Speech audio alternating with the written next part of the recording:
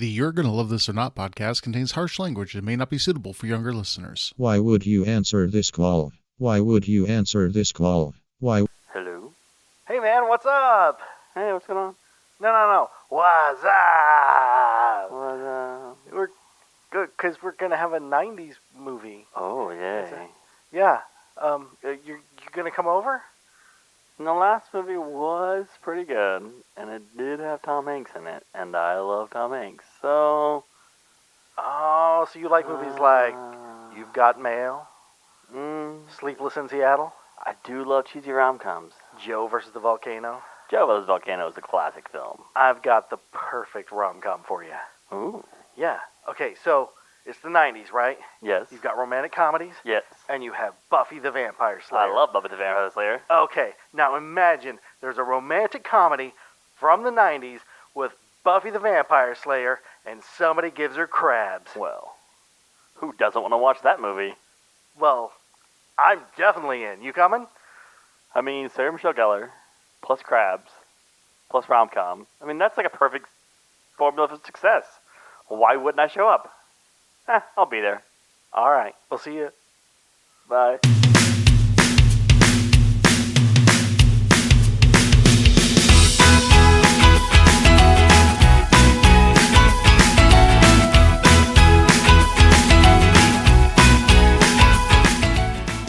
In this month's episode of You're Gonna Love This or Not, Matt subjects not only Josh, but Lizz from the Social Sci-Fi Podcast to the romantic comedy Simply Irresistible.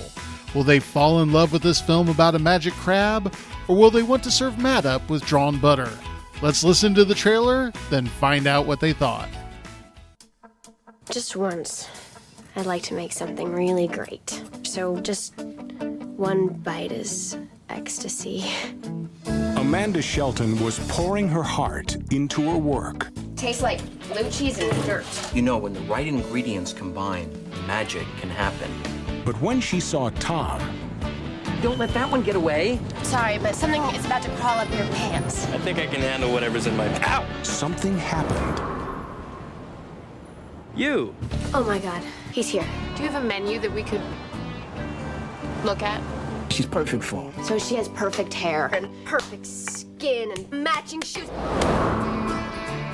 My perfect hair. What is she doing? What am I doing with someone like you? Amanda, don't you understand? Everything you're feeling is going into your food. It's irresistible. Now, two mismatched strangers Starts in your mouth and then shoots down your spine and then just explodes out of your toes. are about to discover I'm sorry, I'm going to have to confiscate that. Where'd you get this thing? I mugged a 75-year-old woman for these. their attraction is magic. We're floating. Make it stop. I didn't do anything. Bibbidi bobbidi boo. That's not funny. Gotta be in control of my own destiny. You are some kind of a witch. You think I had something to do with this? Oh, Amanda, if the broom fits, ride it.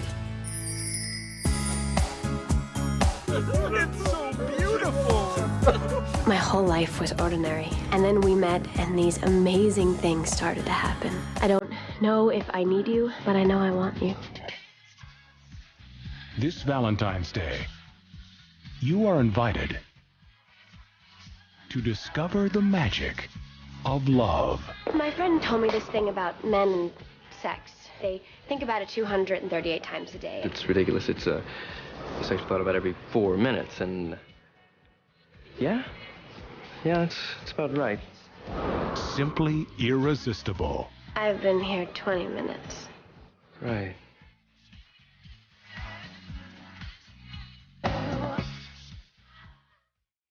Matt, you son of a bitch. Oh, come you on. brought another great movie at me, and I'm so excited for it. I had a feeling you'd like this one. Oh, my God. You know how much I love cheesy rom-coms. You know what else is great about this episode? What? We have a special guest. Who do we have? We have the one and only Lizz from the Social Sci-Fi Podcast. And I'm so excited. Her podcast is actually really good. I love Doctor Who, though. Oh, so. me too. Everybody loves Doctor Who. Yeah. That's got enough of intelligence to handle that sort of talk. And like the amazing people on the podcast. It's pretty fun to listen to. Yeah, I've listened to a few episodes. I'm a fan of one or two people on the show. Yeah. Did you like married to one of them, I think? Yeah. Oh, she's on it?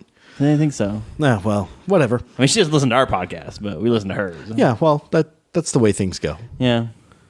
Well, I guess we can introduce Liz here to everybody. If you listen to the Social Sci-Fi Podcast, then you will already know who Liz is, and you should listen to that podcast. Exactly. This is the drunk version of Liz. You don't hear the drunk version of Liz on the This Social is Sci-Fi Liz podcast. After Dark. So this is the After Dark version, the unleashed Liz. Whereas we're the After Dark version every single episode. Yeah. And there's much. no Before Dark version of me. Yeah, I don't know if I can have you guys on my podcast like ever because I could tone it down if I had to. Yeah, I could. I was talking about Doctor Who because I'd get really excited and I'd actually want to talk about it and not be crazy. Okay, Plus, I'll think about it. I won't want Tony to throw things at me. He might. So, anyways, I love this movie. I can tell. I could tell from the moment you started watching it.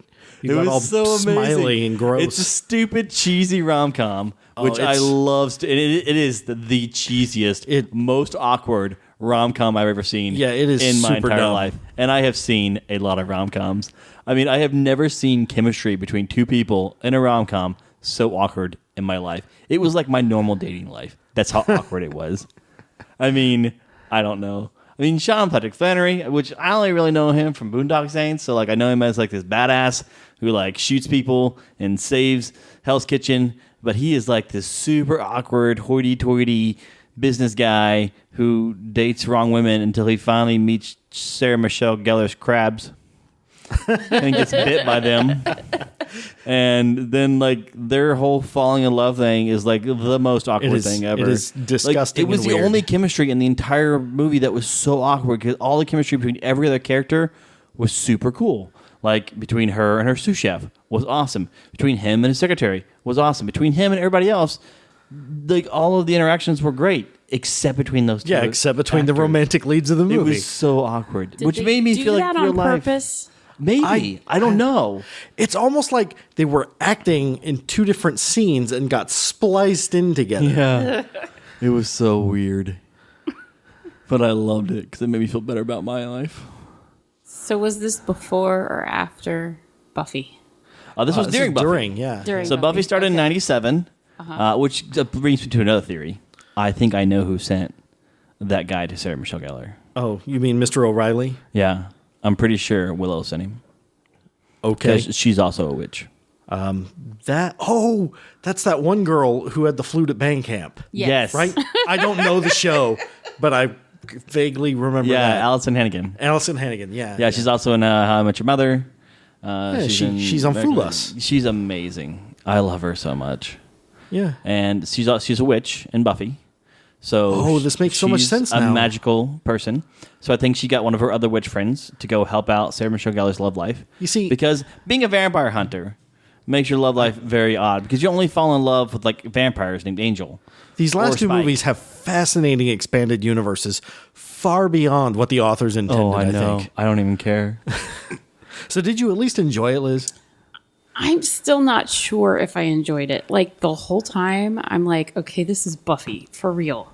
Right. She's a badass. She is this. Oh, not in this movie. No, she's not a badass. She's a klutz. She's a and weird, fragile she's- weirdo. Yes, it's just really weird. I mean, I guess I can give her props for She has acting very if frank she's- workplace conversations about inappropriate topics. Yes, she Yes. does. Yes, But she she does. has inappropriate topic conversations with people from Buffy too, like Oz and Willow, and so I mean that's kind of her MO. And when she's not being Buffy the Vampire Slayer, she does act a little awkward and weird as her normal character. So maybe she was just pretending to catch a vampire in this movie. Maybe. Maybe Or that these was her things are whole thing. completely unrelated. You know what? I don't want to hear your crazy theories over there. I'm just saying. So this movie apparently would have been between season 2 and 3. Willow would not have what? Been a witch yet. You know what? She was always a witch. In her heart. That is very prejudiced of you to say. She's a witch. We're not going to burn her, though. But she does float. You know what else floats? Ducks. Small pebbles. We all float down here. All right. Well, I have to go and say that the real MVP of this movie is Dylan Baker. He is spectacular. Oh, man. Every second he's on Dylan screen. Baker's amazing anyways. And if you're not in the know, Dylan Baker is one of those guys you'll see in a movie, and you'll be like, "Oh, it's that guy." Yeah, but you can't tell anybody where he's you know the douchebag version of Tom Hanks. Yeah, kind of. I can see that. Okay. Yeah, and he's been in a movie with Tom Hanks. Road to Perdition. I say he has 137 IMDb acting credits. I think Samuel L. Jackson may be the only one with more. Really? Samuel L. Jackson has a ton of IMDb credits. Oh, well, yeah. People like to have him in movies. It's weird. But Dylan Baker has a Tony nomination, which makes this movie, in my eyes, an award winner already. Yeah. I'm pretty sure it won an award. And he's the principal in Trick or Treat, and that movie is awesome. Which I haven't seen that yet, so we'll have to watch that. Yeah, but not for the podcast. We'll watch it, but not for this. Apparently it's really good. Yeah, not for this for sure. Although your opinion on what things are really good. But Mike said it's really good, and I actually trust Mike's opinion. So... yeah. Okay, well, whatever. Patricia Clarkson's in this too. She's really good. Yeah, and then you know her from a million other different things. Yeah, again, like Dylan Baker. She was the secretary, right? Yeah, she was the secretary. And then the original leading lady person that was in the what's her name in real life? The lady that he dated at first, that he broke up with, and that said that. She's also famous. Amanda Peet. Yeah, Amanda Peet. Yeah, she's been in some things here too. Yeah. Yeah, she's Judith from Saving Silverman. Yeah, a movie that people that knew me from that era traumatized so me. So good too.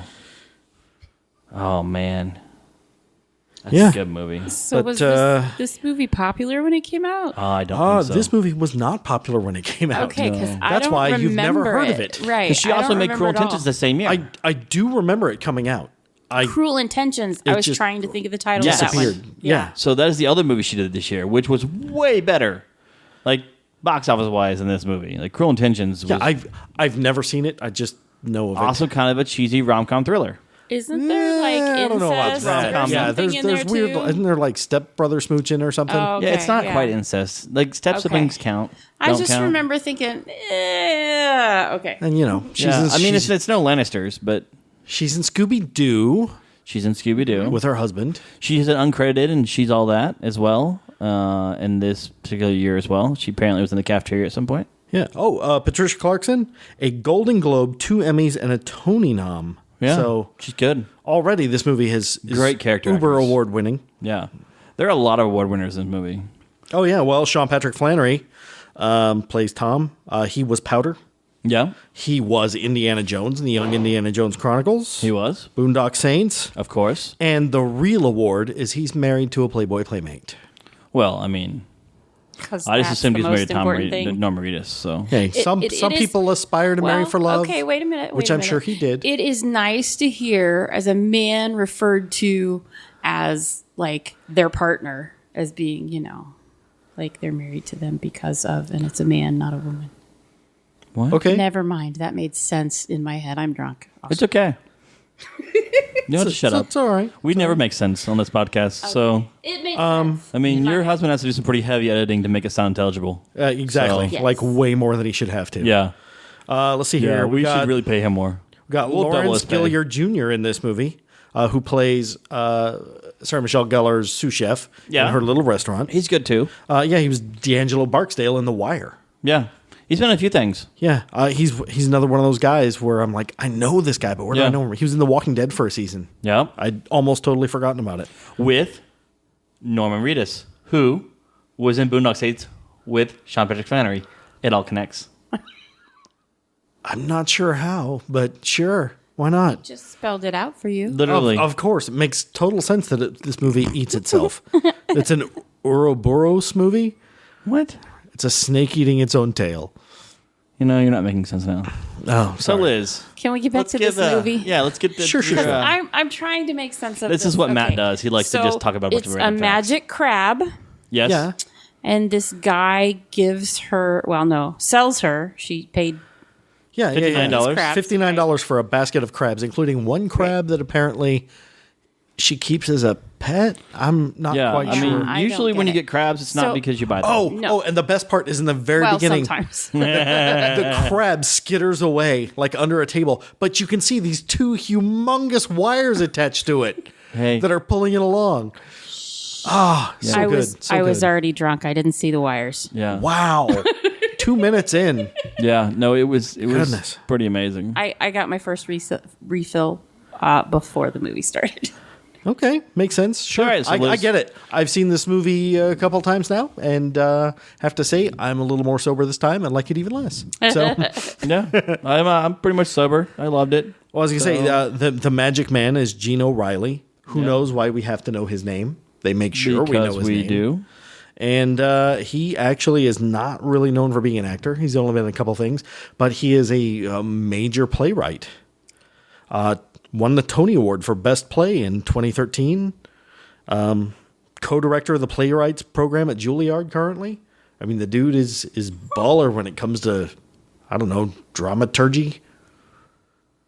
So are you done yet? So somebody, somebody owed him a favor, and he got to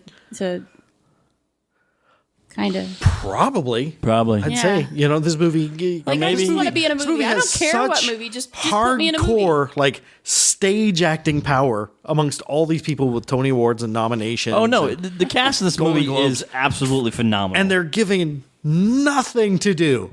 Yeah, no. Honestly, whoever cast this movie must have had an amazing budget because they cast some real winners. And maybe it was because they sold them on a completely different movie, and that fell through. And this is the script they ended up with. I think this. It's really funny you should say that. Like Vince McMahon really? In a hotel room for 48 amazing. hours. Mark Tarlow's the director of this play. His wife Judith Roberts. She wrote the screenplay. Not a play. And it was not supposed to be this movie. It was supposed to be about a middle-aged woman finding love after discovering her passion for cooking.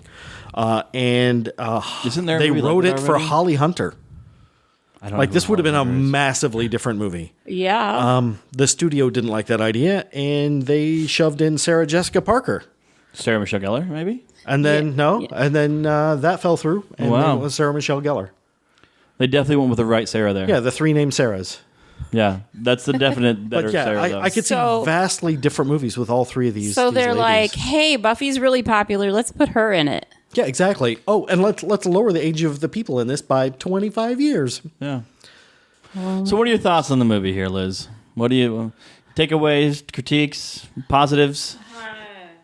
Feel free to curse. Feel free to curse. Oh yeah, I'm allowed to curse. You are, and you promised you would. I was cursing earlier. Maybe so. Okay, so the whole premise of the movie is ridiculous. Yes. Well, yeah. Yes. Okay. So But it's a rom-com. I know they're all ridiculous. So she literally puts her feelings into her cooking. Literally, yes. So she's horny, and she makes these eclairs that make everybody just horny as fuck and all over each other. Yes. Yeah, exactly. And you end up with Patty Clarkson and Dylan Baker in an elevator, apparently going nuts on each other. Yeah.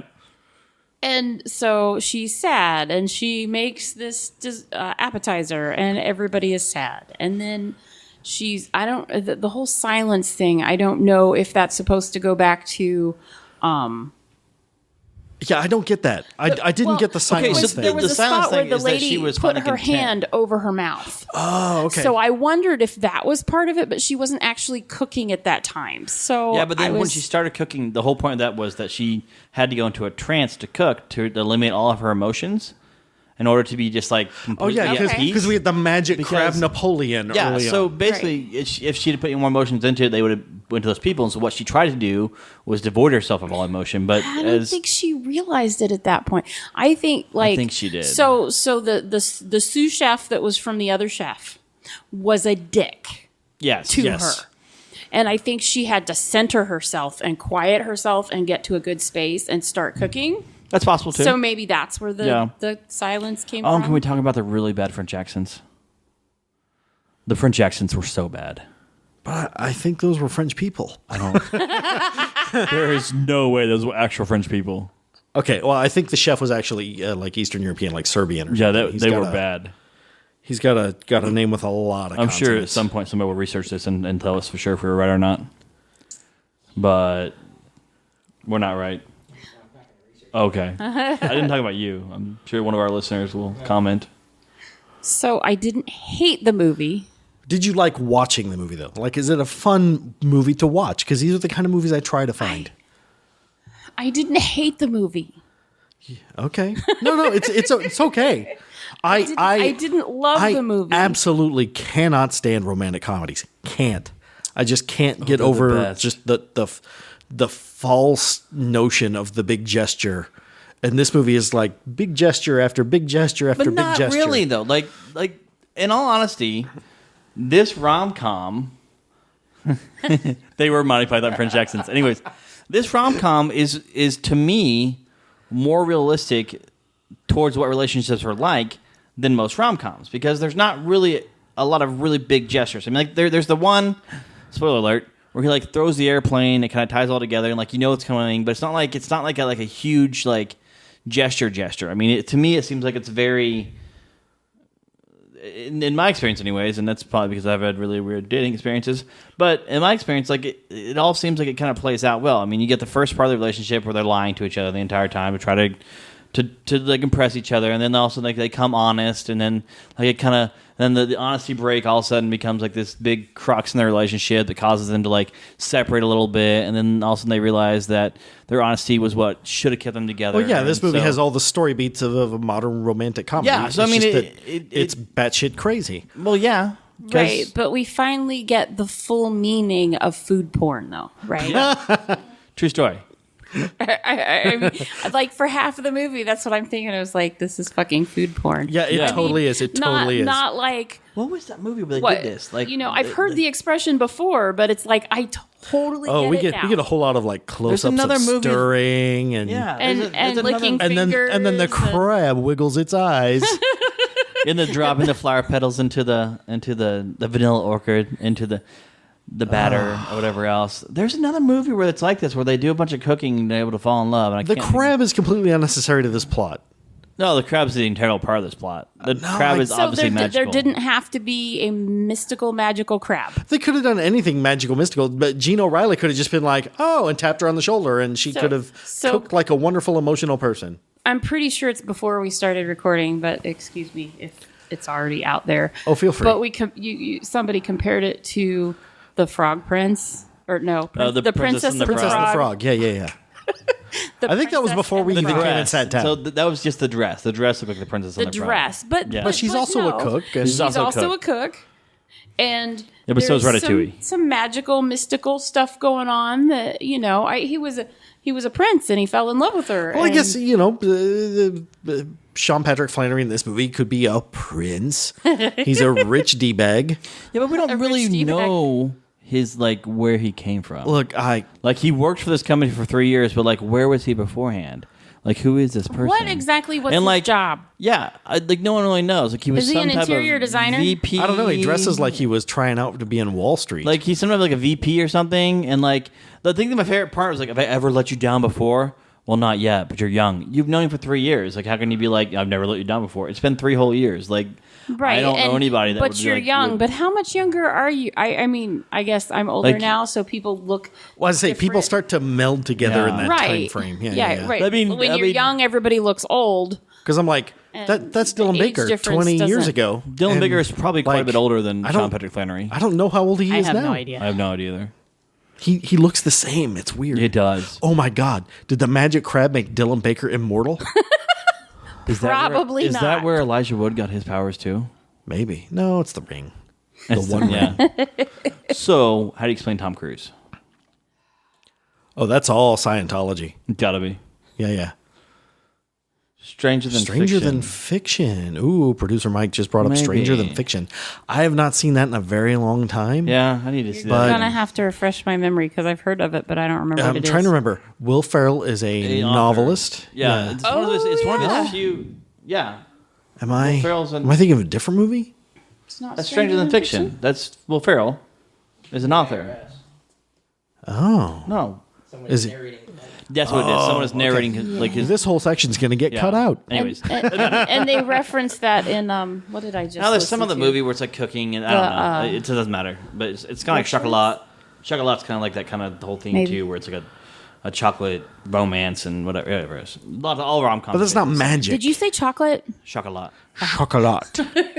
Yes, there's starring Johnny Depp. I never saw that one. I didn't either.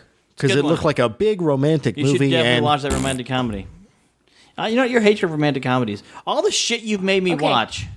And this is the one you're...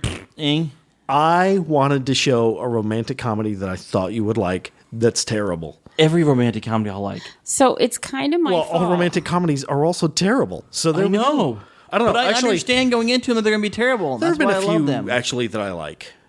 I will say this, but they have to have a certain, I don't know, irreverent flavor when it comes toward the genre. Like the Breaker Upperers, which is sort of a romantic comedy. Was it the one that with Amy sounds like Schumer a title and your Bill son Hader would from a come couple up of years with. ago? I haven't seen that one yet. That one's pretty good. 5-year-old. I enjoyed it. Yeah. Maybe my son. So, will. anyways, I really enjoyed this movie. I thought it was a lot of fun. I mean, it's a romantic comedy, so like I knew going into it that being a romantic comedy is going to be cheesy, and so it's okay with me because I love cheesy rom-coms. Like I really do. Well, and Sarah Michelle Gellar's in it, and I love her. I mean, she's Buffy the Vampire Slayer. I've always been a big fan of her stuff, whatever she does. Sean Patrick Flannery, which weird in this movie because it's not at all the role I anticipate him playing, but he is, quite good. So, are you picking this up, Mike? I'll tell you what. Anyways, so I know you hate this movie. I'm not saying it's a great movie, but it's fun because this is fun for me to watch. Yeah, because it's so out there. We should do their ratings. Oh, hold on. We have lots of other stuff to do first. Oh my goodness gracious! Are we going to talk about more useless facts? First up, this podcast is brought to you by BarkBox. It's a box made of bark, delivered to your home every month for way more money than it's worth. I don't think it's going to bark. Upgrade to Birchbox for premium bark. BarkBox. Buy our bark. I think you're on drugs. Chocolate? No, BarkBox is for dogs. It's a box made of bark. I'm not talking about that other one because they could probably take legal action. It's free stuff. Anyhow, how well do you think this movie fared with critics? Oh, poorly. I'm guessing like a 20%. I mean, it's a romantic comedy. Those generally don't do well with critics. So what, you guessed 20? 28%. Okay, well, we're going by Rotten Tomatoes critic score. What do you guess, Liz? I don't have any idea. Would it be higher or lower than 20, do you think? Lower. How much lower? We'll say 14. 13% critic score on Rotten Tomatoes. Good job, Liz. Yeah. Was it First timer. She's only off by 1%. Audience, again, this is a romantic comedy. Audience numbers are generally higher. 54%, which is not great. Not great at all. It's not bad. On Letterboxd, the social network for film nerds, 2.3 stars. So lower middle of the road, which I'd say it probably is. But its box office numbers don't really say that. So the game we're going to play tonight is we're just going to play higher or lower. Of course we are. And what I've done is I've taken bankable stars, if you could call them that, from the other movies we've done on the podcast. Yes. And taken movies that they've been in that were not the ones we covered in the podcast. Okay.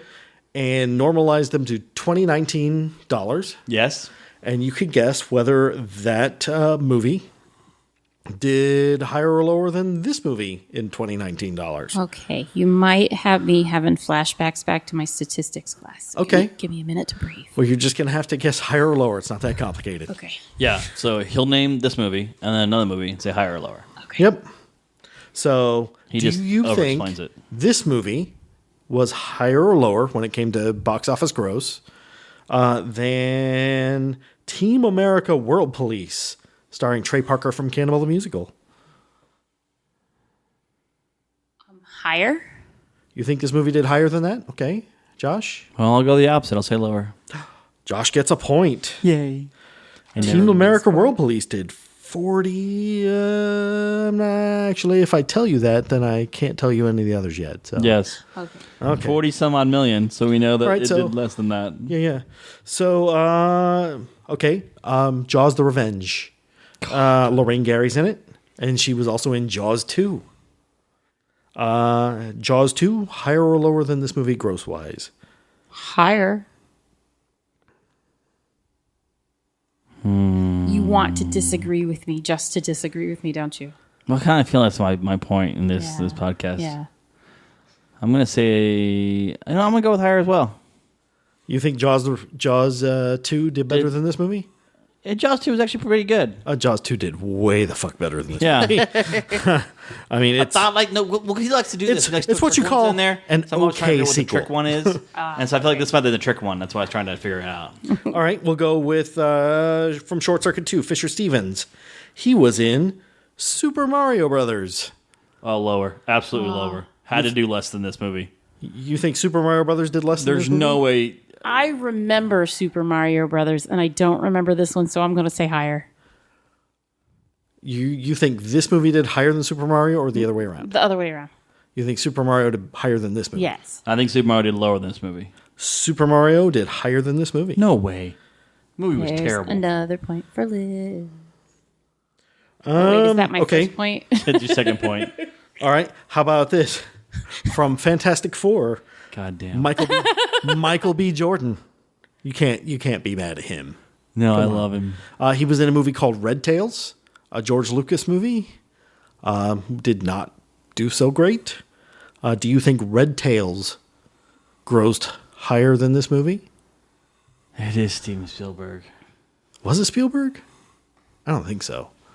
Who'd you say it was? George Lucas. Or, I mean, that's what I mean. It is George Lucas. So, like, people may just watch it because George Lucas. Maybe. Did that movie do better than this movie? Red Tails. That's the one about the airplanes, right? Yes. Yeah. I The think Black was, Pilots. Was it about the Tuskegee Airmen? Yeah. If I remember, yeah. Okay. I want to say it did more than this movie, but also racism exists, so lower. You think that Red Tails did worse than this movie? Yes. I'm Okay. going to say it did better. Oh, Liz would be right. Why are they all higher? Because, So because this what have we got left here? Oh, we've got two left. Oh, this is a good one. This is a good one. From Race to the Yankees Effort, Leslie Ann Warren. She was in the Mel Brooks box office bomb Life Stinks. Did Life Stinks do better or Simply Irresistible? I think Simply Irresistible. say that again. Yes. I think that Simply Irresistible did better than Life Stinks. I agree. You agree. You are both wrong. Oh, shit. Wow. All right. Why is it every movie he's naming he's done higher than this movie? Okay, well, then that should make this one easy then. Any Tom Hanks Unless movie it's the did trick better one. than this movie. From No Holds Barred, God. Hulk Hogan was in a movie, a little movie we like to call Suburban Commando. It had to have done worse, but I know it's done better. I'm going to say worse. I'm going to say it did worse. You're going to say Suburban Commando did worse than Simply Irresistible? Yeah, I'm going to be wrong. I'm going to say it did better. Suburban Commando did better than Simply Irresistible. How? I think I'm winning this. How is that? I'd never win these games. Yeah, I didn't do Mazes or Monsters Miami Connection just because neither of them has any kind of star that you would have heard of. Yeah, I mean, there's no star in Mazes and Monsters that anybody's ever heard of named Tom Hanks. But yeah, Liz got you 4-2, buddy. I always lose these games. Simply Irresistible did worse than every single one of these movies. Yeah, because any Tom Hanks movie you would have named would have done better. It was ridiculous because I picked out the movies that I thought would be close or either way, like big bombs like Life Stinks. And then I went and looked up the grosses, and yeah. How much did Simply Irresistible do? Simply you Irresistible know you want to tell us this. Grossed $34 million? $7.8 million in Wow. 2019 dollars. Wow. Team America World Police, $47 million. Yeah. Jaws 2, $299 million. Yeah. Suburban Commando, $14.8 million. Wow. That's twice as much as this. That boggles my mind. Yeah. Super Mario Brothers. There are a lot of dumb wrestling fans out there, $45.5 million. Wow. And Red Tails did 56. That makes sense, though. I mean, it's Lucas. Anything with Lucas in it, it's going to probably do better. And, those are adjusted into 2019 dollars, but Yeah. still, it just shows you just how much bigger some movies were, even though they're terrible. But also, you got to think about, like, back then, there wasn't as many options for entertainment. So That's- going to watch that's shitty definitely true. movies at the theater, especially, like, if it's got Hulk Hogan in it, because there's a bunch of dumb wrestling fans in the world who will just go see any movie with Hulk Hogan in it. Highest grossing movie of all time came out in 1939 when you adjust I don't it. think it got beat anymore. So, I think it yeah, got beat. nobody's even going to come close to it. I think it got Okay, beat now. so I No, want to not even question, close. how do you get the Yeah. conversion to 2019 dollars? Inflation. Well, yeah, I mean... But inflation, like, only works one way because, like, expenses go up. but like, But you can adjust everything to 2019 dollars. Like every but year, income doesn't go the up. Fed So like tells when you I how much a dollar spend- was worth compared to the next year due to inflation and is that my 2.8 COLA raise? yes, Okay. exactly, exactly. Yes, quality does not equal anticipation, as Mike has let us know, and that is definitely true because I think Super Mario Brothers did huge its first week, and then people went, "What the fuck is this?" and stopped going. Whereas with this movie, they went, "That movie looks like every other movie that's out there, except it's got a weird crab thing, and I'm not going to that."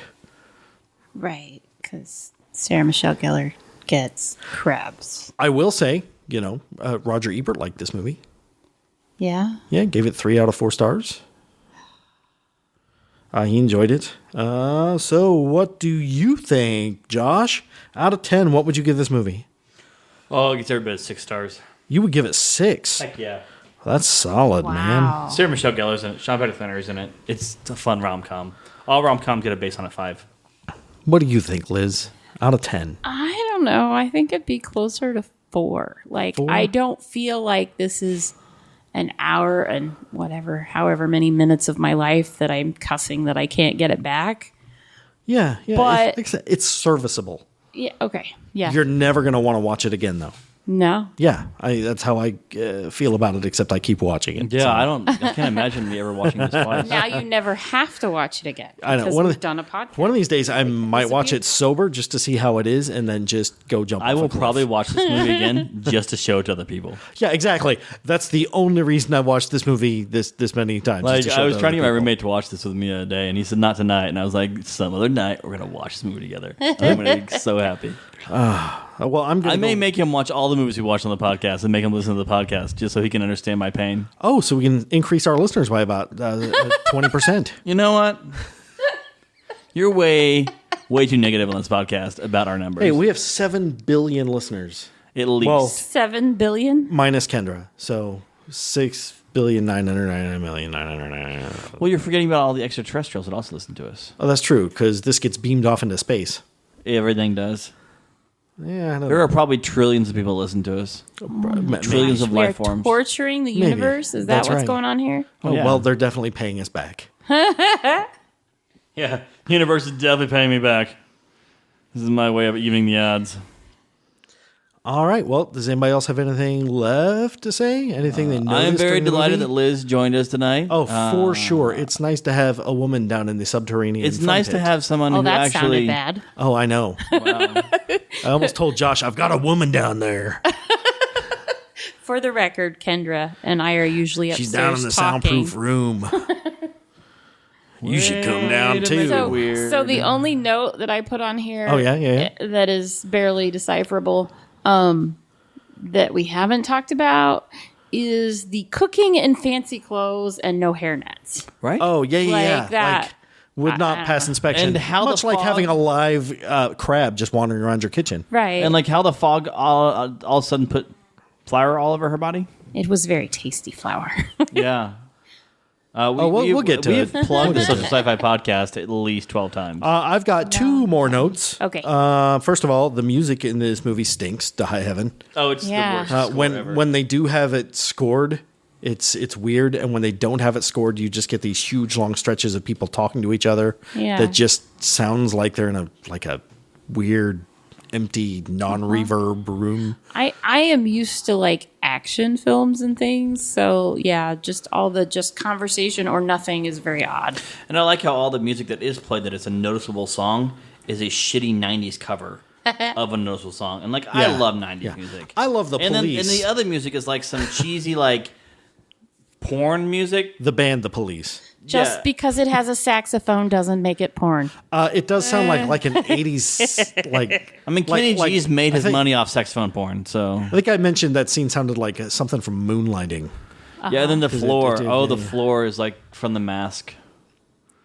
Yep. How many The movies can we dancing plug scene? in this particular podcast? That's the real question. So that Tony has to look them up. Oh. Reference And them. my last note, the coolest thing in the whole movie is that martini machine.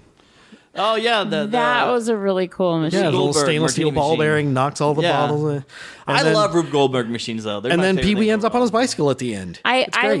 like how she offers the martini, and then when she didn't get any takers, she just drank it. That's what any good host would do. Okay, cool. I was gonna drink it anyway. You know I what was is just being underused polite. in movies? Gibsons. Everybody does martinis. Why don't more people do Gibsons? People like martinis. But a Gibson is basically a martini with an ornamental onion instead. But see, nobody here knows what that is. Well, so why No. would we You want to see it in the movie? Should know. No, That's what I'm saying. No. Martinis are like so overrated. They're like, Oh. a martini. Also in my notes, I have here part of a movie review from John J. Puccio from Movie John Jacob Metropolis. Jinglehummer shit. Yeah, he says that's about what I was Ace Ventura 2, Warner Brothers doubled the budget for this sequel in 1995, and for their trouble, they got half as funny a film. Oh, fuck off. I did only put that in there to hurt you. Ace Ventura 2 is better than Ace Ventura 1. Always will be. There's no argument about it. In the Bone is one of the funniest scenes in a movie ever. Yeah, no. Yeah. And when he runs around with a bat, and when he's like, hey, from the consulate, weird. They got a monster truck. Like, throws a light at him. It's just bad. It's just awesome. It's just the best. It's the best. I mean, the rhino birthing scene, everything. It's amazing. I'm sorry. Yeah, the rhino birthing scene was. Oh my God, did this turn into an Ace Ventura 2 podcast? Kill me. Seriously. Should we give something away this week? We gave away What Maces are we and Monsters last gonna month. give away? Hey, Hey, if we're there into are romance, any- right? If there are any cute single ladies out there who'd like Is to this have a date with me. Oh no, this is not. Oh, yeah, we're I going thought to... this was fomance. Or- This is not romance. Hey, this is this is fomance. Fomance. You just said the word fomance. I'm I going to know. use that. I'm drunk. I like fomance. Fomance. I like fomance. I'm using that. So, anyways. You heard it. Well, here I've got a first. movie with magic and romance in it, and I guess cooking. I guess sort of. She does. That we can give away. We have a Blu-ray DVD combo pack of Snow White and the Seven Dwarfs, the Disney classic. What's the other part of the combo pack? It's also Snow White and the Seven Dwarfs on DVD. So the tie-in is the Wicked Witch who cooks She cooks a poison apple. poison apple. She Got uses her hateful emotions to try and murder someone. that does fit in. That would have made this movie way better. Yeah. Oh, totally. No. Like she's like making everybody happy, and then she gets to that one. Well, we girl. never know And, what like, the happens. poison apple for the Yeah, girlfriend yeah, from the yeah, We beginning. never know what Yeah. happens to Amanda Pete. Amanda Pete I'm just drops saying. dead. Anyhow, Maybe Gene O'Reilly picked her up and took her someplace. that if we you don't know listen about. to the podcast, go ahead and tweet us why you would like a copy of Snow White on Blu-ray, and whatever answer we like best, we'll get that to you. Yeah. Woohoo. So, I mean, if we can't get listeners the right way, we'll just buy them. Exactly. Yeah. And it's totally not me giving away duplicate Blu-rays for my collection. Also, the date with Josh thing also stands. Oh my gosh. All right. Well, Liz, where can we find you online? Okay. Here's the thing. I didn't write everything down, so this is not going to be smooth. So you can find me at the Social Sci-Fi Podcast, which is on the Indiana Geeking / Geeking in Indiana family of podcasts. Yes. Yeah. If only we had a Tony around to help you. Yeah, Tony could help you were he not unconscious. I know. Yeah. He's snoring again. He's snoring away.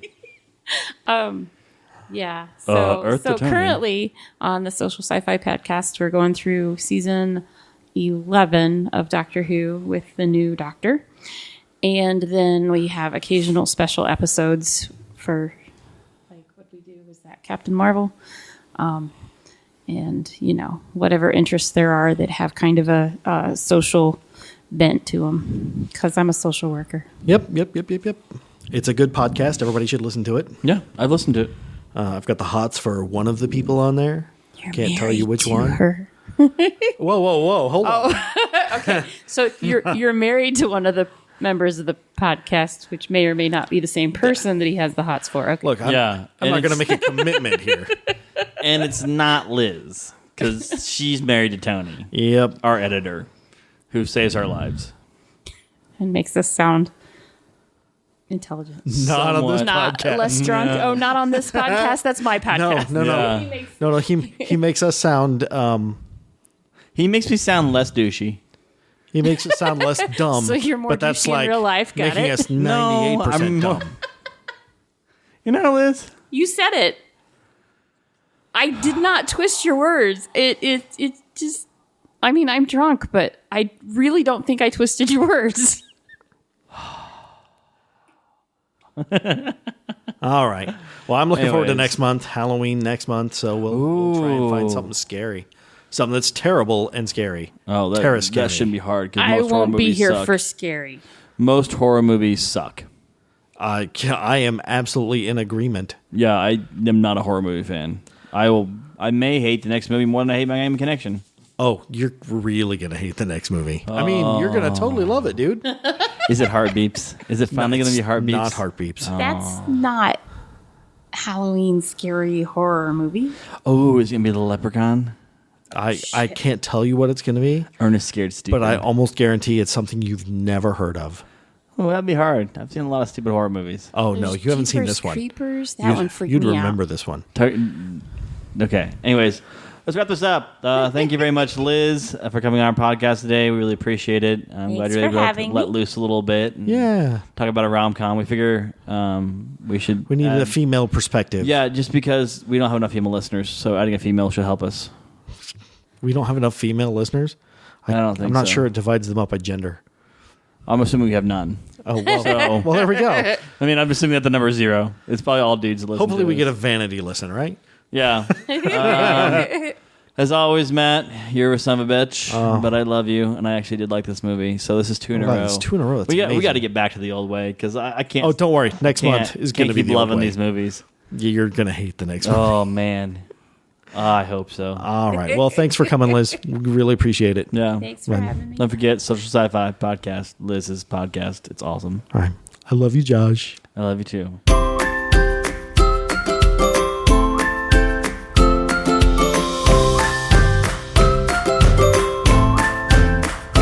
This episode of You're Gonna Love This or Not was recorded at the SFP Studios located off of beautiful Eagle Creek Reservoir in Indianapolis, Indiana. It features Matt dragging Josh down into the dark depths of his movie collection and is released monthly on the Teen Geeking family of podcasts. It is produced by Mike Wycliffe, edited by Tony Troxel, and features music by Scott Holmes, who can be found on the Free Music Archive.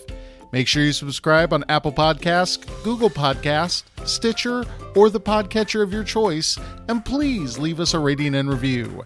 Thank you for listening, and we'll see you next time.